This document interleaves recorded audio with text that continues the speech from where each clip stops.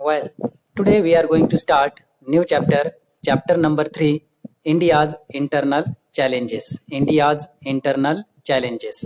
Okay, from the chapter we are going to learn about the internal challenges. That means whatever the internal issues of the India is there, means in the boundary line of India, whatever the issues about the regions, about the caste, about any type of problems are there, we are going to learn in this chapter, India's internal challenges. Okay, then now listen carefully. In this chapter, we are going to learn about some internal challenges that India faces. तो India जो भी internal challenges को face कर रहा है उसके बारे में हम इस चैप्टर में पढ़ने वाले हैं. We shall see some internal challenges like separatist movement. तो सेपरेटिस्ट मूवमेंट जैसे कुछ चैलेंजेस को हमने पढ़ा है, जैसे कि पढ़ने वाले हैं. तो सेपरेटिस्ट मूवमेंट क्या है कि कोई एक रीजन है. ओके, हमारी जो इंडिया है, इंडिया के अंदर बहुत से सारे रीजन्स वहाँ पे है. ओके, तो उन रीजन्स में मतलब बहुत से सारे स्टेट है, जैसे कि यहाँ पे हमारा महाराष्ट्र है ना. महाराष्ट्र के साथ यहाँ पे कुछ कर्नाटक था. ओके, तो कर्नाटक और महाराष्ट्र वहाँ पे डिवाइड हो गए, अलग अलग ऐसे स्टेट वहाँ पे बन गए, है ना. तो इस तरह से सेपरेट हो जाना मतलब सेपरेटिस्ट मूवमेंट्स. ओके, तो इस तरह की मूवमेंट्स को सेपरेटिस्ट मूवमेंट वहाँ पे कहा गया. तो इसके अलावा issues of north east India. तो हमारे नॉर्थ ईस्ट इंडिया की तरफ की इश्यूज, तो जिस तरह से हमें जो इंडिया का हमारा ये मैप है, मैप के ये ईस्ट साइड में, ये ईस्ट साइड है और ऊपर की हमारी नॉर्थ साइड है. तो नॉर्थ साइड में यहाँ पे जो पार्ट है, नॉर्थ ईस्ट साइड में जो भी सारे प्रॉब्लम्स थे जिनके बारे में भी जानकारी हम लेने वाले हैं. और नेक्स्ट पार्ट है India Naxalism, communalism and regionalism. तो ये नेक्सलिज्म, उसके बाद कम्युनलिज्म और जो रीजनलिज्म है, ये जो प्रॉब्लम्स है जिनके बारे में भी इस चैप्टर में हम पढ़ने वाले हैं. Okay, then now first of all we are going to start with the first point, the unrest in Punjab. Okay, then now listen carefully. Akali Dal was the major political party in Punjab. तो उस वक्त पंजाब में अकाली दल नाम की एक बहुत बड़ी पार्टी थी. इन 1973 the Akali Dal passed the Anandpur Sahib resolution. उस वक्त अकाली दल नाम की जो ये बड़ी पार्टी थी 1973 में, उन्होंने आनंदपुर साहिब रिजोल्यूशन वहां पे पास कर लिया. The following demands were made in the resolution. तो इस रिजोल्यूशन में कुछ डिमांड्स उनकी थी. किस तरह की डिमांड्स थी? Chandigarh should be made part of Punjab. तो चंडीगढ़ ये जो है पार्ट का एक मतलब पंजाब का एक पार्ट वहां पे होना चाहिए. Then the Punjabi speaking part in other state should be included in the state of Punjab. तो पंजाब के अंदर दूसरे पंजाबी लैंग्वेज बोलने वाले जो भी रीजन है वो इंक्लूड किए जाए. Then recruitment of people from Punjab in the Indian army should be increase. तो इंडियन आर्मी में जो पंजाबी पीपल हैं उनकी रिक्रूटमेंट, उन्हें ज्यादा से ज्यादा भर्ती किया जाए. And more autonomy should be given to the state of Punjab. और पंजाब को बहुत ज्यादा एटोनॉमी वहां पे मिले. Autonomy means the self government. Okay, free for the self government. तो सेल्फ गवर्नमेंट उनकी वहां पे चले, ऐसा उनका कहना था. Akali Dal came to power in Punjab in 1977. तो 1977 में पंजाब के अंदर ये अकाली दल नाम की पार्टी जो है वो पावर में आ गई, मतलब रूलिंग पार्टी बन गई.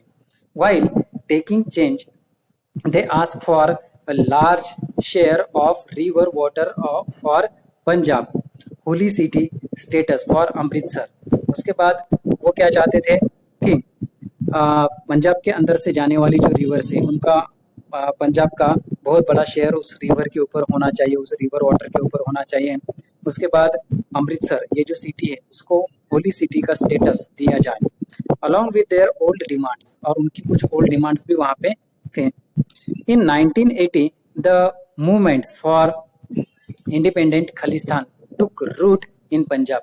पंजाब के अंदर 1980 में फिर से एक मूवमेंट वहां पे शुरू हो गई जो इंडिपेंडेंट खालिस्तान की थी। ओके, इंडिपेंडेंट खालिस्तान मतलब क्या कि पंजाब के अंदर, मतलब पंजाब ये एक अलग से कंट्री हो, इंडिया के अंदर ना हो। जिस तरह से पाकिस्तान अलग से कंट्री हो गई, उसी तरह से पंजाब ये भी एक अलग से कंट्री हो, और उसका नाम उन्होंने रखा खालिस्तान। ओके, इंडिपेंडेंट खालिस्तान होने चाहिए था। During that period the leader of Akali Dal was sent Harcharan Singh Longowal. तो अकाली दल के उस वक्त के जो लीडर थे वो थे संत Harcharan Singh Longowal. He used to direct his activists from the Golden Temple to stage protest। तो वो क्या करते थे, अपने एक्टिविस्ट जो भी थे, है ना, उनके साथ में जो फॉलोअर्स थे उनके, उन्हें एक्टिविस्ट हम कहेंगे, मतलब एक्टिवली कुछ मूवमेंट करने वाले जो पीपल थे, उन्हें गोल्डन टेम्पल से डायरेक्टली वो किसी भी चीज को प्रोटेस्ट करने के लिए, किसी भी चीज के अगेंस्ट में जाने के लिए बताते थे। From the Golden Temple protest, on the other side, the Golden Temple armed followers started gathering around the staunch Khalistan support Sant Jarnail Singh Bindarwal। During that period, terrorist activities had begun। तो साथ साथ में golden temple में यहाँ पे जो जर्नाइल सिंह बिंदरवाल जो थे, उन्होंने कुछ टेररिस्ट एक्टिविटी भी स्टार्ट कर दी थी। तो during that period terrorist activity had begun, शुरू हो गई थी। बिंदरवाल वाज अरेस्टेड इन 1981। तो इस टेररिस्ट एक्टिविटीज की वजह से 1981 में ये जो बिंदरवाल थे वो अरेस्ट हो गए। Because of the murder of newspaper editor Lala Jagat Narayan. तो लाला जगत नारायण नाम के एक न्यूज़पेपर एडिटर थे, उनके मर्डर के कॉज में वजह से उन्हें अरेस्ट कर लिया गया था। After this incident the situation worsen. और इस सिचुएशन के बाद जब उन्हें अरेस्ट किया गया, बंदरवाल को अरेस्ट किया गया, तो सिचुएशन और भी ज्यादा खराब, बदतर सिचुएशन वहां पे हो गई। Due to these developments, president rule was imposed in Punjab in 1983। तो इसी कारणवश 1983 में पंजाब के अंदर प्रेसिडेंट रूल को अप्लाई किया गया। ओके, बिंदरवाल went to stay at the religious place called अकल तख्त। तो बिंदरवाल जो है वो एक रिलीजियस प्लेस में वहां पे रुके रहे। रिलीजियस प्लेस का नाम था Akal Takht. Bhindranwale's follower captured the golden Temple and built. तो बिंदरवाल के जो फॉलोअर्स थे, जो भी भक्त थे, वो उनके साथ जो भी लोग थे यानी मेंबर्स थे, उन्होंने गोल्डन टेम्पल को कैप्चर किया and built barricades of sand bags over there. और वहां पे उन्होंने बैरिकेड्स बना लिए, फेंस बना ली। फेंस कैसी बनाए, सैंड बैग्स की, है ना, बैग्स के अंदर सैंड वहां पे भर के वो जो गोनिया है उनकी फेंस, उनके बैरिकेड्स वहां पे बना दिए गोल्डन टेम्पल की तरफ। The area look like a fort. और उस एरिया को एक फोर्ट जैसा एरिया बना दिया। This greatly disturb the place in Punjab. तो पंजाब को पूरी तरह से डिस्टर्ब कर दिया उस प्लेस ने। It was a major challenge to Indian democracy. अब इंडियन डेमोक्रेसी के सामने ये बहुत बड़ा चैलेंज सामने खड़ा हो गया था, जिसकी वजह से एक ऑपरेशन वहां पे इंडियन गवर्नमेंट को करना पड़ा, जिसका नाम था operation blue star. Then now we are going to learn the next point, operation blue star. तो चलो, ब्लू स्टार ऑपरेशन क्या है जरा देखते हैं। The main task of getting the terrorist out of the golden temple was entrusted to major general Kuldeep Singh Brar. तो कुलदीप सिंह ब्रार ये जो मेजर जनरल थे, उनके सामने एक सबसे बड़ा काम अब आ चुका था। कौन सा काम आया था, तो गोल्डन टेम्पल में जो भी टेररिस्ट छुपे हुए थे उनको निकालने का, उनको पकड़ने का काम आ गया। Okay, mute your mic everyone. On the morning of 3 June 1984, 3 जून के 1984 के मॉर्निंग में the mission operation blue star started. तो ये जो ऑपरेशन ब्लू स्टार्ट है वो शुरू हो गया 3 जून 1984 को। द ऑपरेशन एंडेड ऑन 6 जून, और ये ऑपरेशन 6 जून को वहां पे खत्म हुआ था। In this military operation the Indian army functioned with great restraint. तो इंडियन आर्मी ने अपनी बेहतरीन वर्क दिखाकर इस ऑपरेशन को कंप्लीट किया था। The operation ended with the death of बिंदरवाल एंड अदर टेररिस्ट। तो ये ऑपरेशन कैसे खत्म हुआ? बिंदरवाल नाम का जो उनका जो लीडर था गोल्डन टेम्पल में छुपा हुआ, उसकी डेथ हुई, उसको मारा गया, और उसके साथ में जो भी सारे टेररिस्ट थे उनको भी मारा गया। In 1986, an operation had to be conducted against terrorists in Golden Temple once more. फिर से एक बार 1986 में एक ऑपरेशन किया गया और गोल्डन टेम्पल में छुपे हुए जो भी टेररिस्ट थे उनको पकड़ा गया था। It was called operation black thunder, और ये दूसरा जो ऑपरेशन हुआ उसका नाम था ऑपरेशन ब्लैक थंडर।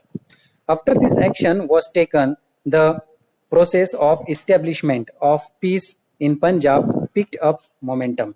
तो इस एक्शन के बाद क्या हुआ? तो पंजाब के अंदर जो पीस मोमेंट थे वो वहाँ पे इस्टेब्लिश हो गई और उसको मोमेंटम वहाँ पे मिल गया।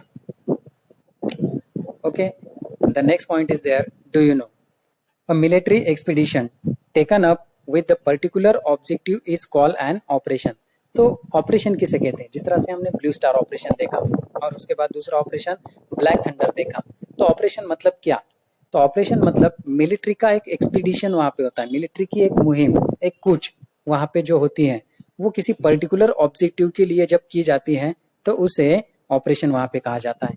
मतलब मिलिट्री किसी पर्टिकुलर ऑब्जेक्टिव को अचीव करने के लिए जो भी मूवमेंट करती है, जो भी एक्ट करती है, उसे ऑपरेशन कहा जाता है। Operation blue star was an operation undertaken to evict the terrorist hiding in the golden temple। तो गोल्डन टेम्पल के अंदर के जो टेररिस्ट थे उसे खत्म करने के लिए ऑपरेशन ब्लू स्टार किया गया था। नेक्स्ट है issues concerning north east India. तो नॉर्थ ईस्ट इंडिया की तरफ के जो इशू है जिनके बारे में हम जानकारी लेते हैं। North east India consist of the 8 state of Assam, Arunachal Pradesh, Manipur, Meghalaya, Mizoram, Nagaland, Sikkim and Tripura. तो नॉर्थ ईस्ट इंडिया कैसे बना हुआ है? 8 स्टेट से। कौन से स्टेट हैं? अभी मैंने यहाँ पे कहा है असम, अरुणाचल प्रदेश, मणिपुर, मेघालय, मिजोरम, नागालैंड, सिक्किम एंड त्रिपुरा। ये स्टेट से मिलकर नॉर्थ ईस्ट इंडिया बनता है।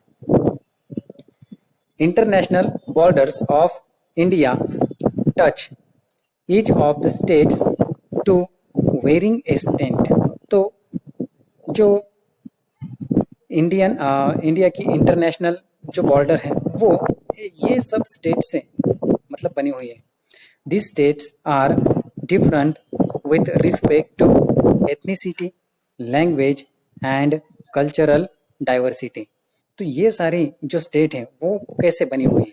तो एथनिसिटी से बनी हुई है, मतलब माइथोलॉजिकल रीजन्स उसके पीछे जुड़े हुए हैं। ओके, देन लैंग्वेजेस से जुड़ी हुई स्टेट्स हैं। उसके बाद कल्चरल डाइवर्सिटी, अलग अलग तरह के कल्चर्स वहाँ पे है और उससे ये स्टेट्स वहाँ पे बने हुए हैं। The first prime minister of independent India took a lead in bringing the tribes living in these area into a mainstream of the country। हमारे इंडिया के जो फर्स्ट प्राइम मिनिस्टर थे उन्होंने बहुत ज़्यादा कोशिश की कि ये नॉर्थ ईस्ट इंडिया के जो भी सारे स्टेट्स हैं वो इंडिया के मेन स्ट्रीम में आ जाए, मतलब वो इंडियन वहाँ पे माने या हम इंडिया के पार्ट हैं, इस तरह की सोच उनमें आए, हम इंडियन हैं ऐसा वो मान ले। ये बताने के लिए जो हमारे फर्स्ट प्राइम मिनिस्टर थे उन्होंने बहुत ही ज़्यादा ड्राइंग वहाँ पे की थी, प्रयास किए हुए थे। कौन थे फर्स्ट प्राइम मिनिस्टर इंडिया के? Very good, Pandit Jawaharlal Nehru. Very good. Okay, the next thing is there, in 1954 he formed the north east frontier agency NEFA area. तो 1954 में एक एजेंसी उन्होंने बनाई जिसका नाम था north east frontier agency. Okay, NEFA, compressing of the territories on the Sino Indian border. तो Sino Indian border को कॉम्प्रेस करती हुई ये टेरिटरीज वहां पे बनाई गई थी। साइनो इंडियन मतलब चीन और इंडिया के बॉर्डर के ऊपर ये जो भी सारे मतलब स्टेट्स वहां पे आते हैं उन्हें कॉम्प्रेस किया गया, उनकी टेरिटरीज को कॉम्प्रेस किया गया, बताया गया कि किस तरह की टेरिटरीज वहां पे रहेंगी। And the tribal area towards the north of Assam, north of Assam की तरफ के जो ट्राइबल एरिया है उनको भी वहां पे फिक्स किया गया। Nehru took the position of bringing about the development of hundreds of tribes in this parts. तो इस पार्ट में रहने वाले हंड्रेड्स ऑफ ट्राइब्स के जो पीपल थे उनका डेवलपमेंट कैसे हो, उसके लिए जो नेहरू थे, फर्स्ट प्राइम मिनिस्टर पंडित जवाहरलाल नेहरू, उन्होंने एक पोजीशन वहां पे ले ली कि इन सब ट्राइब्स की डेवलपमेंट वहां पे की जाए। Okay, then in this part while preserving their culture, और उनकी डेवलपमेंट उनके कल्चर को प्रिजर्व करके, मतलब उनके कल्चर को किसी भी तरह का नुकसान उनकी डेवलपमेंट के अंदर नहीं होना चाहिए, ये सब बातें सोची गई थी, पंडित जवाहरलाल नेहरू ने सोची हुई थी। Okay, special provisions have been made with respect to this area in the 6th schedule of Indian Constitution। Indian constitution के 6th शेड्यूल में इस बारे में बहुत से सारे प्रोविजंस बनाए गए थे, मतलब लॉज बनाए गए थे, कुछ कायदे वहाँ पे बनाए गए थे। ओके, उनकी मतलब ये जो ट्राइबल पीपल हैं उनके डेवलपमेंट के लिए। Then in 1965 the responsibility of administrating this area was given to the Ministry of External Affairs। तो आगे चल करके 1965 में the responsibilities of administrating this area was given to the Ministry of External Affairs। तो एक Ministry of External Affairs जो है उसके पास एडमिनिस्ट्रेशन दे दिया गया इस एरिया का, नॉर्थ ईस्ट एरिया का। The Northeastern Council Act of 1971 was supposed to advise the central government regarding aspects of common interest and economic and social spheres, interstate transport, electricity, food control, etc। तो आगे चल करके 1971 का एक north east council act वहाँ पे बना, और इस एक्ट के अनुसार जो सेंट्रल गवर्नमेंट है, इंडिया की जो सेंट्रल गवर्नमेंट है, उसने एडवाइस किया कि जो भी नॉर्थ ईस्ट पार्ट के जो स्टेट है उसमें डेवलपमेंट होनी चाहिए, मतलब सोशल स्पीयर्स में, यानी सोसाइटी में जो कॉमन पीपल हैं उनकी डेवलपमेंट वहाँ पे होनी चाहिए, जो इंटर स्टेट ट्रांसपोर्ट है वो बढ़ना चाहिए, वहाँ पे इलेक्ट्रिसिटी आनी चाहिए, फूड कंट्रोल वाली चीज़ को भी सोचा गया। तो ये सारी फैसिलिटीज दी गई नॉर्थ ईस्ट पार्ट को। ओके, अभी नेक्स्ट पार्ट जो है वो है Mizoram. Okay, Mizoram, next point, the tribes in north east India have an ancient history when India became independent. अब क्या हुआ, the tribe in north east India have an ancient history.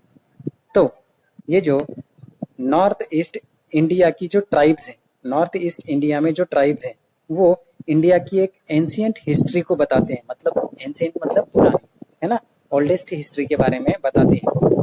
When India became independent, जब India वहाँ पे independent हुआ, the government gave administrative autonomy to the district of Mizo, मतलब मिजोरम की जो डिस्ट्रिक्ट है वहाँ पे एक एडमिनिस्ट्रेटिव एटोनॉमी गवर्नमेंट ने दी हुई थी, मतलब एक फ्रीडम, सेल्फ गवर्नमेंट का एक फ्रीडम मिजो पीपल को वहाँ पे दिया हुआ था।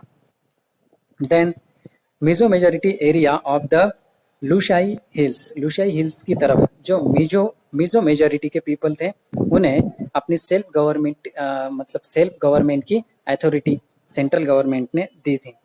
Then when the state's reorganization commission was appointed in 1947, तो 1947 में जब स्टेट का रीऑर्गेनाइजेशन वहाँ पे किया गया तब the expectations of the people in this area grew, तो वहाँ के जो पीपल है मिजोरम के जो पीपल हैं उनके एक्सपेक्टेशन वहाँ पे बढ़ गए, उनके जो होप्स है वो बहुत ज़्यादा बढ़ गए थे कि हमें और भी ज़्यादा कुछ अथॉरिटीज़ मिलेंगी। Mizo leader started demanding an autonomous Mizo province. तो जो मिजो प्रोविंस है मतलब मिजोरम जो है वो एटोनॉमस होना चाहिए, मतलब फ्री फॉर सेल्फ गवर्नमेंट वहाँ पे होना चाहिए, उनकी खुद की गवर्नमेंट वहाँ पे फ्रीली चलनी चाहिए। ऐसी डिमांड वहाँ के कुछ लीडर्स जो मिजो लीडर्स थे उनके थे। ओके,